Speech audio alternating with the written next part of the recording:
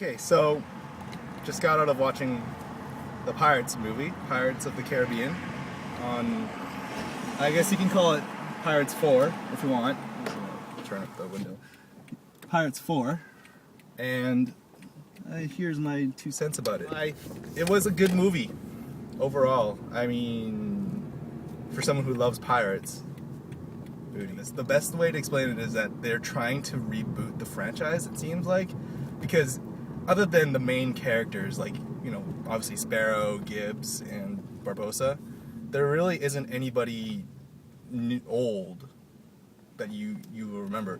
90% of the cast seems to be completely new. Create a new sort of trilogy with this new Pirates movie. And while I'm not totally against that, I can see why people are, well, critics anyways, I can see why they're not exactly open to the idea of this fourth Pirates movie. We are introduced into, essentially, it's Blackbeard, as you may recall from the trailers.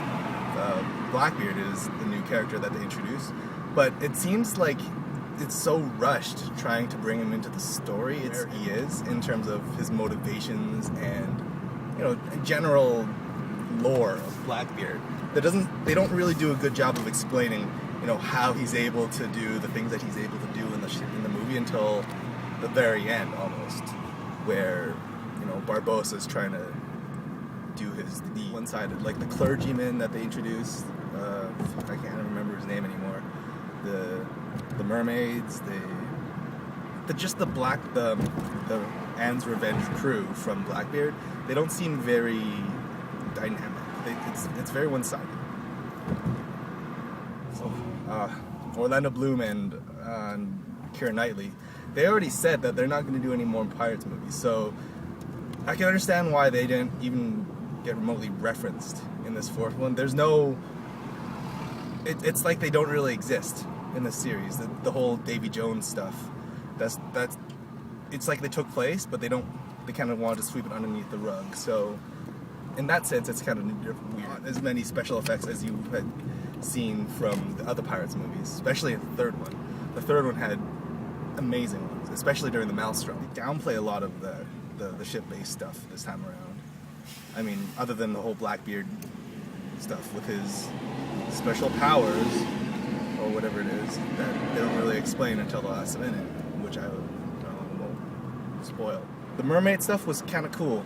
I don't think it was handled particularly well. Speaking of lore, the whole Fountain of Youth stuff, they really decided to do a lot of what they wanted to do. But the way that Bruckheimer and, you know, the writers pursued the idea, it seemed like they wanted to do a lot of balancing when it comes to the whole history of the Fountain of Youth. That's my 2 cents about the Pirates movie, Pirates of the Caribbean on Stranger Tides.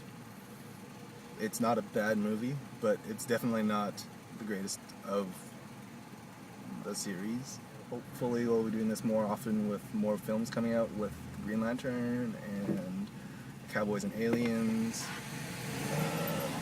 Real Steel, which is actually a new film that I'm pretty sure people have talked about it, but I kind of saw it coming out of nowhere. It's starring Hugh Jackman, and it is sort of like a futuristic it's sort of BattleBots meets Rock'em Sock'em Robots. It is a futuristic, not even futuristic, but modern day film where instead of wrestling and people, you know, putting money on wrestling films, or wrestling matches rather, people put money on these robots that people kind of built from the ground up that wrestle for them. And it's sort of like the new extreme sport. But it's interesting to see where this is gonna go. That new movie, anyways, Real Steel, and I'm all for, you know, new movies. I mean, don't get me wrong, I'm super excited for Green Lantern, but we all know how that's gonna end. I'm very much for a new IP, and that's exactly why I'm excited for Cowboys and Aliens as well. I mean, who doesn't want to see Indiana Jones face off against James Bond in a movie about cowboys and aliens? That's completely ridiculous, right? So yeah, I'll see you guys next time.